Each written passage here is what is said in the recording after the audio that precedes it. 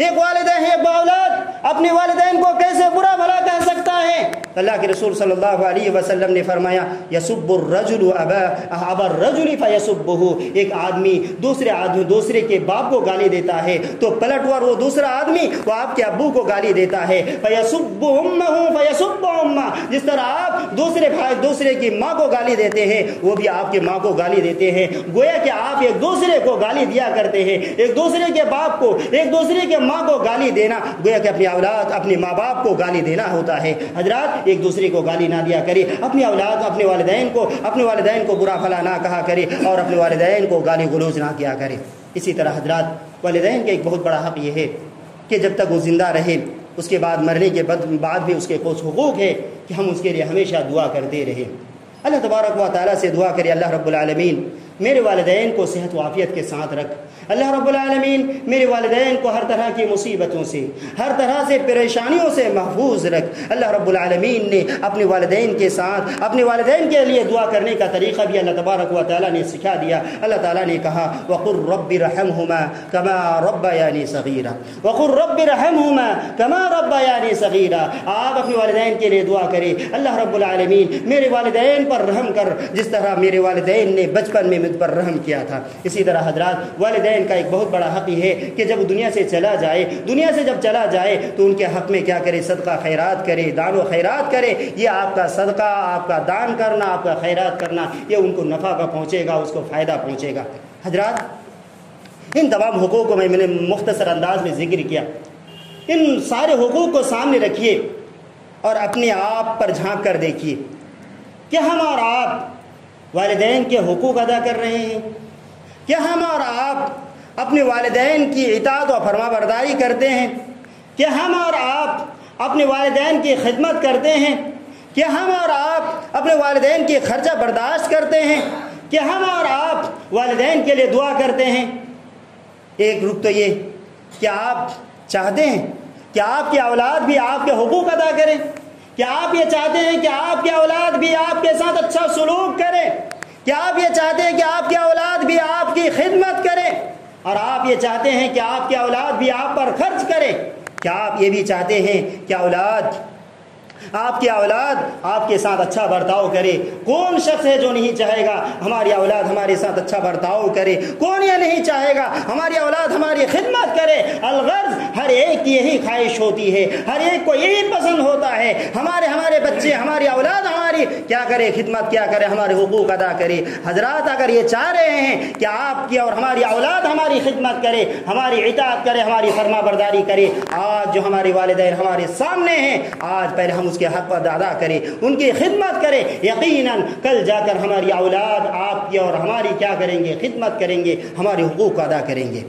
اگر نہیں تو آپ اور ہم آج اپنے والدین کے ساتھ جس طرح کا سلوک کریں گے، یہ چھوٹے چھوٹے بچے آج کے جو ننھے بچے ہیں آج ہمارے اور آپ کو اپنے والدین کے ساتھ جس طرح حرکت کرتے ہوئے دیکھیں گے، کل وہی حرکت اولاد ہمارے ساتھ ہوا ایسا ہی کریں گے جس طرح ہم اور آپ اپنے والدین کے ساتھ کریں گے۔ حضرات میں ایک واقعہ مختصر واقعہ کہہ کر میں اپنی باتوں کو ختم کرتا ہوں۔ ایک شخص تھا، ان کے ایک بوڑھا سا باپ تھے، بڑا کمزور ہو چکا تھا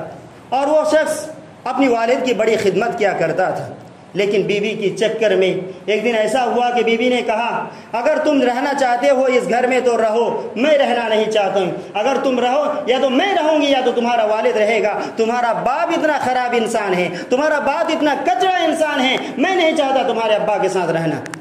آخرکار وہ نوجوان